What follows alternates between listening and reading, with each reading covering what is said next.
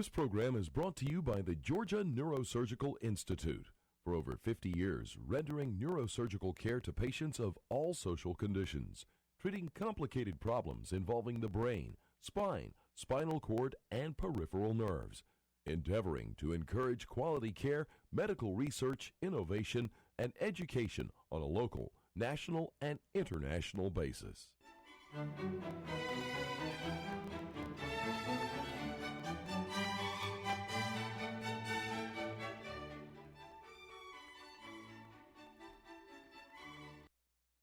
Good evening. My name is Joe Sam Robinson. It's my pleasure to have with us once again Dr. Buck Melton. Welcome, Buck. Always happy to be here. We've had many enlightening interchanges here, and maybe tonight we could talk about the right to vote, how important that is.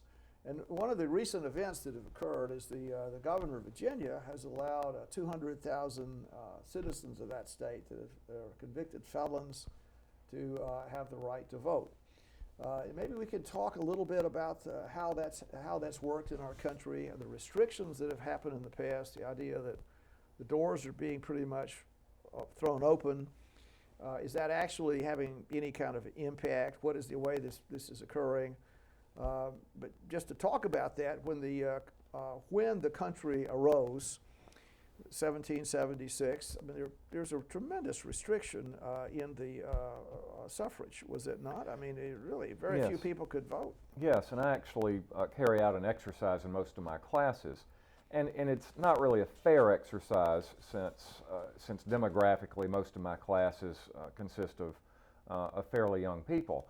But I have everyone raise their hands. And then I say, all right, if you are African American, put your hand down.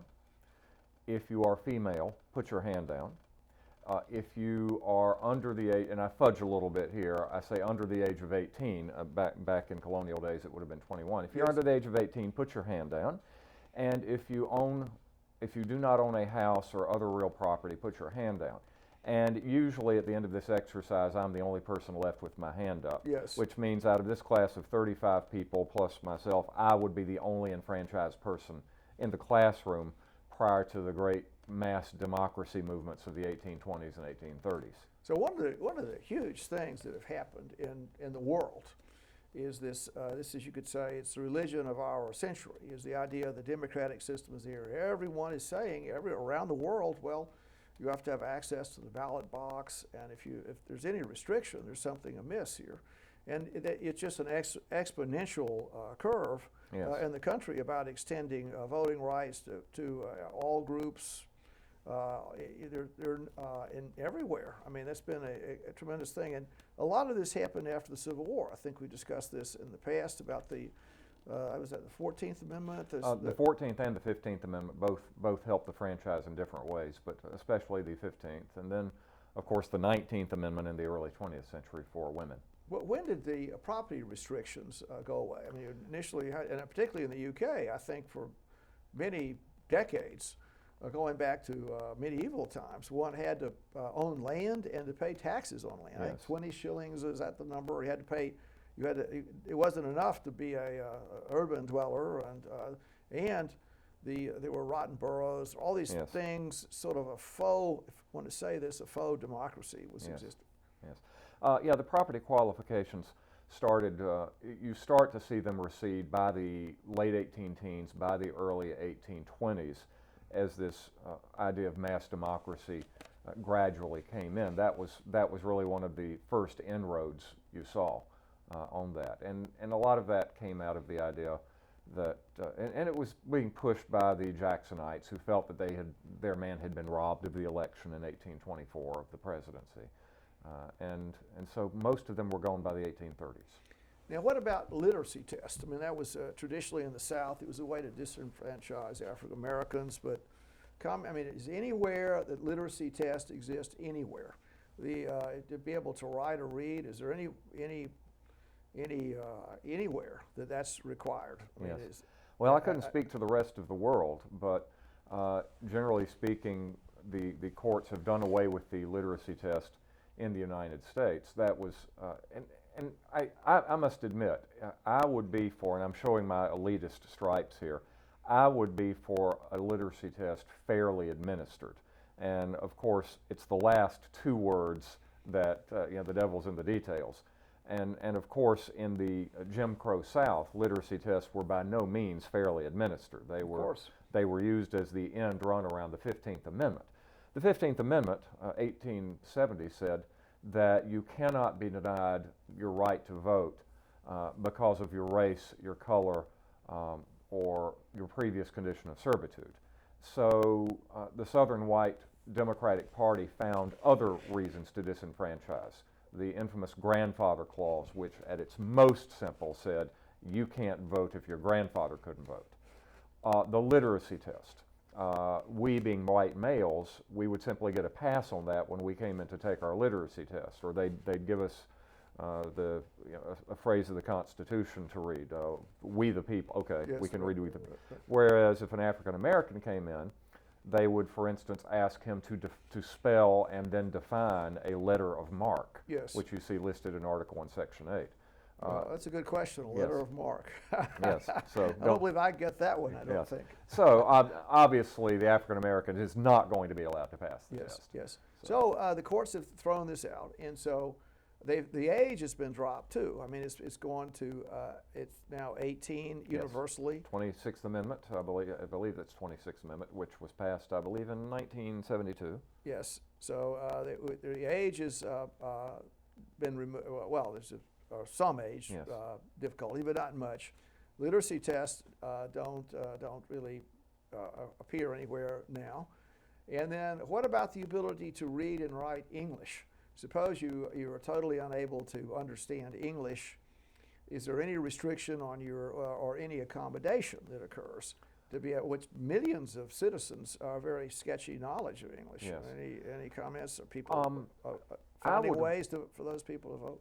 I don't know the state of the law on that, but I would think that if there were a requirement that the ballot be in English and that the voting take place in English, I think that there would be a good chance that that could be successfully challenged. And I think as an example, someone who signs, who's not good at perhaps reading English from an early age, I'm just guessing this, someone who is blind and has to be told the ballot. Right. So obviously you're not able to read in English in that circumstance. Right. And then what about Hispanic Americans? So. Right. Which leads to the next question, what about citizens? So. Yes. Well, I'm continuing to, I'm going down a litany of things here. All the restrictions have gone away now. Additionally, what's happened, physical infirmities might have prevented people in the past from casting a ballot, but now, because one can sit in ballots by mail, there are no physical infirmities that would prevent that. And indeed, people in nursing homes, that they, if they have, shall we say, people that are interested in making sure they vote, they can they go to nursing homes and they just collect these ballots, often from people that are pretty demented. Yes. So just to be able to sign your name, you can cast a vote. So I'm trying to think of the extraordinary extension of this. About the only thing that hasn't happened is there's no financial penalty if you don't vote. Is that a correct statement? The poll tax done away with. So. But I mean, and there's not a tax imposed for failing to vote either. That's what I wanted to get in. And some countries increase the turnout by saying we're going to fine you unless you vote. But that still has not happened. And as a result, with all these open doors, there's still, I mean, you pick the number, 50% voter turnout in the presidential elections. Yes. Relatively only, with every door that's open, only about 50% of the people actually turn out. Yes. And gotcha. Well, and then let's continue along this, voter registration. So another thing that occurs is that you can't vote if you're not registered. Or if you have a voter ID to be able to vote, and those doors are pretty much open.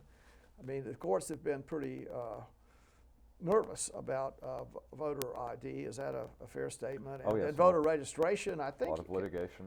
it's if I understand this, they're pretty loose about that. If you have to, you can easily register, and the real idea is just to confirm that you are eligible to vote. Yes. You're an American citizen. Yes. And I worry about these things. I especially worry about pushing so hard to have people to vote. I personally think, and obviously people can disagree with this, that there really do need to be two requirements, not necessarily legal requirements, but two things that ought to be there in any voter. First of all, he must be interested. That you shouldn't drag someone to the polls if he's not interested in voting, because he may vote irresponsibly, he may not care. And the second is that he be informed, that he have at least some knowledge of what is going on, or otherwise you've got an ignorant vote there that doesn't really do anybody any good. Now, of course, the question is how much interest do you need to have, and how informed can any of us really be on all of the issues and all of the personalities? Yes. So obviously there are problems there, but I think forcing people or incentivizing people to vote who really have no interest in voting and have not been following the issues at all, what does that achieve? But what we're getting into really is the idea that for better or worse, there's this huge effort to open every single door Yes. that's possible to Yes. get people to vote. There are very few restrictions, if any, and the idea is, I mean, you could, let's say you're a cocaine abuser, or you're hardly or mentally ill, you're a schizophrenic person. I mean, you could still vote if you wanted to. Yes. Merely, so a person that has been let's say, has murdered a few people, and because they're not thought to be sane or understand reality, they're spared the death penalty. On the other hand, they could vote. I mean, Yes. even though that most people believe that the courts would rule, Yes. this person is not in contact with reality. Nevertheless, the person could vote. So almost no restrictions anywhere. Additionally, citizens overseas, there are ways to have Yes. their vote counts, and serving military members overseas can vote. So tremendous open door. Indeed. And about the last, well, I'm finally getting into what the Virginia governor did, about the last class of people out there that have any restrictions are felons. And that's a pretty ancient kind of thing. I mean, if can you comment about that? I mean, why this goes back to English common law, I think. It's a very ancient kind of thing. Yes, and I think it's related partly to the concept of outlawry, that you can take certain actions that essentially divorce you or excommunicate you from civilized society, that you have cut yourself off from the body politic, you have severed yourself from the social contract, and that therefore you have no voice in being governed.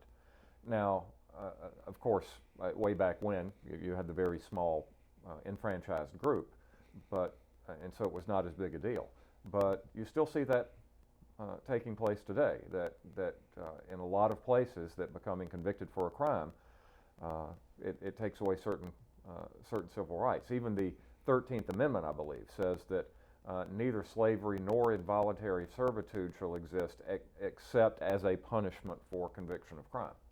So a very similar sort of thing. In some sense, you're not part of the community anymore. And so the idea is, this is one of the things that apparently I understand what's going on here is that this is an executive order, and so so the governor of Virginia just basically enfranchised those people. And I understand, if I'm correct on this, the governor of Kentucky did the reverse, did the converse.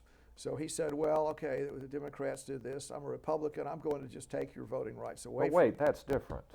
That's just different. But I mean, so that's the power of the executive to just, what I'm sort of getting into is the potential feeling of corruption that might be sneaking into this process. And the idea, you sort of hit upon it, is that if these franchises are extended, everybody can vote. But if there's not a sensible voter out there, if there's not a person that you could say has really thought about this and made an intelligent decision, maybe there's the system is a little bit vulnerable. Yes. I mean, it would be to me. And I mean, should felons be able to vote? I mean, you could make the think if a person has been a convicted felon, they presumably have been in prison, I would think, and they've been through a pretty brutal process, and they would not have a good feeling about the American system. I mean, maybe I'm wrong about that. Maybe people that maybe they've repented and they say this is the best country. I can't make a comment about it, but you would imagine that people would not be happy with the with the country. I mean, they've been injured. They feel, for rightly or wrongly, they've really been injured by the system. And so they use their vote in some retaliatory way. Let me think of the worst possible outcome that we could get, and then vote in that direction. So, or if you were the judge, if you know judges are elected. I mean, if all the felons or get together to vote against you or contribute money to having you not elected, I mean, it would be an issue, would it not? yes. Well, here's another interesting point, that if you look at the prison population as a whole, you are going to have, I would guess demographically, you're going to have minorities disproportionately represented, partly because they're coming from worse neighborhoods, they're coming from poorer income groups. You're going to see poorer income groups represented across the board. And so if you look at that, likely a lot of them are going to be less interested and less informed. On the other hand, let's look at a Bernie Madoff. He is probably very interested and very informed, much more so than a lot of people who never see the inside of a prison and have the right to vote, and yet we don't let him vote. It's just a matter of culpability. We have said that this person has cut himself off from the community of man and therefore has forfeited rights to have an input. Well, I mean, all right. You could also say, if you wanted to look into this, I mean, we sort of mentioned schizophrenic, mental illness, but a very large percentage of people that are felons have some mentation problems and some cognitive ability problems, and that's one reason they wind up in their situation. And there's a great number of people have had drug abuse issues and some kind of subtle neurological damage. But what I'm sort of getting into, or trying to, is the democratic system has all these great stabilizing factors in our country. It seems to be necessary to just make our place work here. It's just part of the social contract. So these rights and privileges are extended almost to anyone. And the balance would be, well, we have people that there needs to be some way that people get a nip for a bad behavior. And okay, should one say, okay, at some point 10 years later the rights are restored to you, or if you make an appropriate societal contribution, maybe you could get your rights restored. But apparently that's not the story. It's not as if you now teach Sunday school, you have a family, you put your life turned around, you give lectures about what it's like to sin. It seems to me those people could reasonably have their rights restored. Yes. But it's sort of just the carte blanche kind of thing here is a little suspect. Yes, and the executive order again raises the question. Executive orders have been very much in the news lately. This idea of lawmaking by fiat, by executive fiat. You have a separation of powers issue there. But it's once again a sign of I think the coming apart of America and the retaliation by the Kentucky governor. It's very disturbing. It seems pretty, so presumably, I mean, the same thing could happen in Virginia.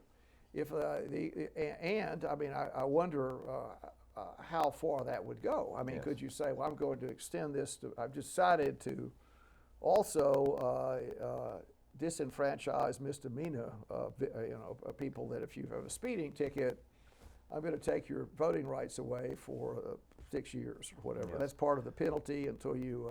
Yes. I think taking away is going to be a much harder sell than granting, because you've got all sorts of due process issues there. Well, I've got a thought experiment for you here, though. If I could guarantee you a more than decent income, if I could guarantee you employment. It doesn't involve a cat, does it? Schrodinger's cat. I mean, that's a joke there. I don't think that's a thought experiment. That's another joke. You yes. know that joke, right? Yeah, Schrodinger's cat walks into a bar and doesn't. Yeah, So, that's right. yeah. But yes, if I could guarantee you a system in which the politicians would not be corrupt, in which they would be competent, in which they would genuinely be concerned for the interests of the community. I won't guarantee you a perfect outcome in every decision they make, but that they would make it in good faith, that they would be reasonably intelligent, that your tax rates would not be too high. If I could guarantee you the system, would you in turn give up your right to vote? Well, see, that's a complicated Yes. scenario, because what you're really saying is there's something more in the right to vote than mere societal efficiency. Yes. So there's some kind of human empowerment or human worth that's demonstrated by that. And if you're not enfranchised, if you don't have the right to vote, it makes you somewhat less of a human. Yeah. So we have you really describe kind of an enlightened despot, or which, or you also might describe a theocracy.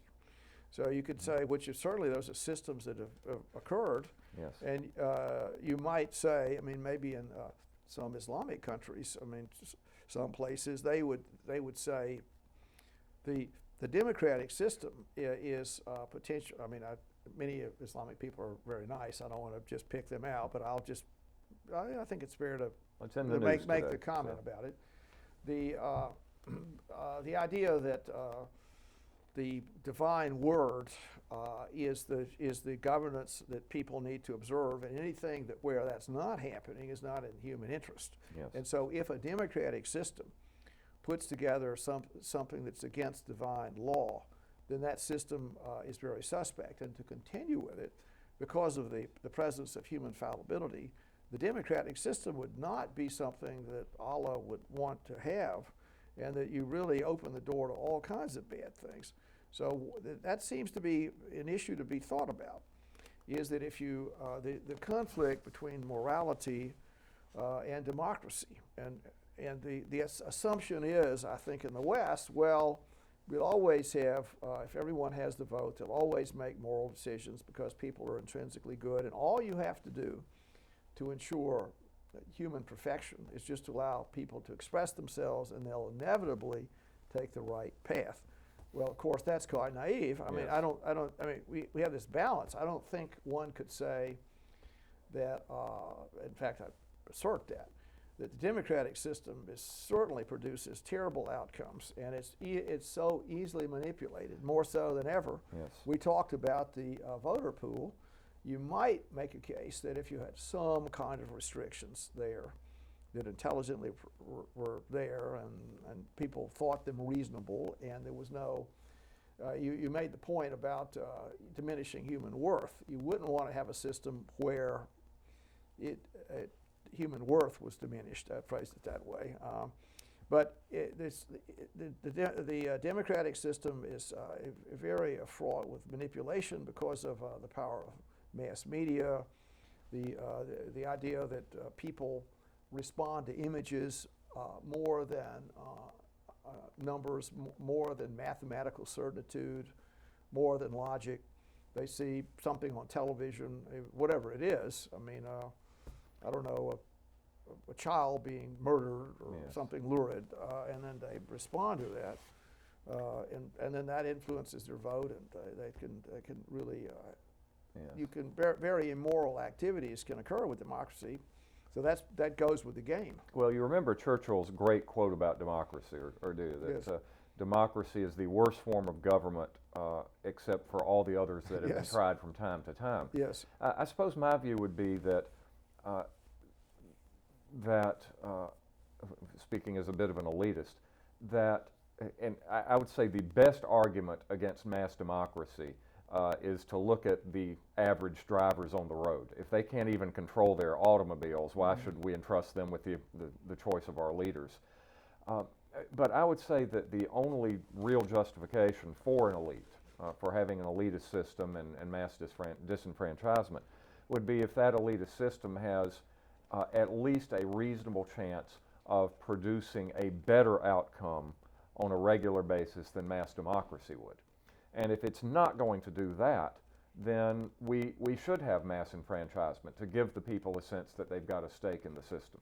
Well, So, I think that's a big, you could weigh the advantages the democratic system has. Number one, I think this is a big one, is that politicians can't go too far into some kind of extreme opinion. They really have to say, well, you did something just terrible, whatever it was. Yes. Everybody knows about it, and you just can't bluff your way through this, except if you're running for president. That's another joke here, but yes, you've done something pretty terrible, and you just have to behave yourself, and you just can't go out and arbitrarily injure people, or you'll get there'll be something that will be bad for you at the ballot box. So that's a good thing. assuming that the people are the restraining influence there, as you just said, and I'm sorry to interrupt, but I ran across a fascinating statistic just recently that shortly after the Pearl Harbor attack in early 1942, when the government was conducting surveys of what do you think, and asking the American people, what do you think we ought to do with Japan once we win this war? And something like 15% of the American voting population said, let's completely annihilate the Japanese Sure. race. Of course, they just yes. shoot them all, right? Yes. Well, it's true enough, but you have to balance that, and so presumably there's some level of rationality among politicians. So there is a certain kind of restraint that's somehow out there, at some degree, a lesser or greater restraint on behavior of the politicians. That's the point. The other thing is that it does ennoble people. It makes them part of the system. They think, this is my country, this is my town. I have a part of it, and I'm going to not be a litter bug. I'll pick up trash on the street, and I'll come down and I'll serve on juries. I'll be on the run for the water board. Things that Tocqueville talked about the idea that there's individual responsibility. All those are really good parts of it. Additionally, when the system works well, the change can take place pretty readily, pretty rapidly, and the schism between the social, economic circumstances and political response to that is diminished. So you could have a situation where you had let's say the nobility or the monarchs in Europe. These monarchies were present, and it didn't comport with just the economics. Yes. It went well when you had knights and peasants, but Yes. not so well with their big factories and steamers going back and forth. And the democratic system allowed change to take place in a smoother fashion. Yes. Well, I think you could flip that, though, couldn't you? To if we hand out votes like nothing, maybe it cheapens it and no value is placed in it. yes. Now, I think one thing that militates against that is you see, especially Republicans in this election season, being genuinely upset when they learn that their votes apparently do not directly nominate Yes, a candidate. right. So they certainly do seem to value it. Right. So what is the case? Is the situation we've developed, is the environment we've developed conducive to having voters value their participation, value their enfranchisement or not? Well, we could get, really what we sort of get into are the notions of citizenship. Who's a citizen? What does that mean? Participation in the society. So the democratic system, I think, could take a step in that direction. Yes. But the other, and we don't have long left, but I'll flip back sort of the idea that some of the tremendous schisms that exist in the world is the idea that this democratic system, rightly or wrongly, it's like the Christianity of the 19th century. People are like missionaries. Yes. So the same way that a missionary would go to China from the Southern Baptist Convention or whatever, now someone might go there and talk about the democratic system, or they try and have democracy out there. And then going the other direction is the idea that a theocracy of some type would be better, and that you really, all these imperfections that exist mean the Western democratic system is evil. And maybe that's some of what's going on in the world, big time. Yes. And or as Marx might say, the modern mass voting system is the modern opiate of the masses. It makes you feel like you're participating, and it doesn't change anything. So actually, that's I think that's where we're getting near the end of our conversation. But that's really a big thing to talk about. We've mentioned this before: the faux democracy. So all the things, I'm participating, I'm doing this, I have a role in this in the society, but really it's sort of some trickery in that you think you have a vote, you think you have a role in this, but actually the system is just working its way, and then in a way, as long as you don't cause trouble, the system is going to make itself work. So we have the election that's coming up for our presidential election, and because it's not a popular vote, right? I mean, you could make a case that if you're in a red state or a blue state and not a purple state, that your vote is somewhat not worth. I mean, you just don't have a role. So Georgia is it's a Republican state, maybe, or I don't know how long that'll last. But so because it's going to go Republican, no one pays much attention to the state, and if you're in Massachusetts, no one's going to pay much attention to Massachusetts. Most congressional seats are safe seats. You don't have to worry. So if you're red in a red district, then no problem. Yes. So we're near the end of our little conversation here, but we could go back maybe with felons and being convicted for felons, and the idea that maybe the criminal justice system is not working as well as it should. But that's a topic for another time. It is indeed. So, well, Look thank forward you. to it. Thank you. Thank you, sir. Thanks a lot. Thank you. Thank you, Buck.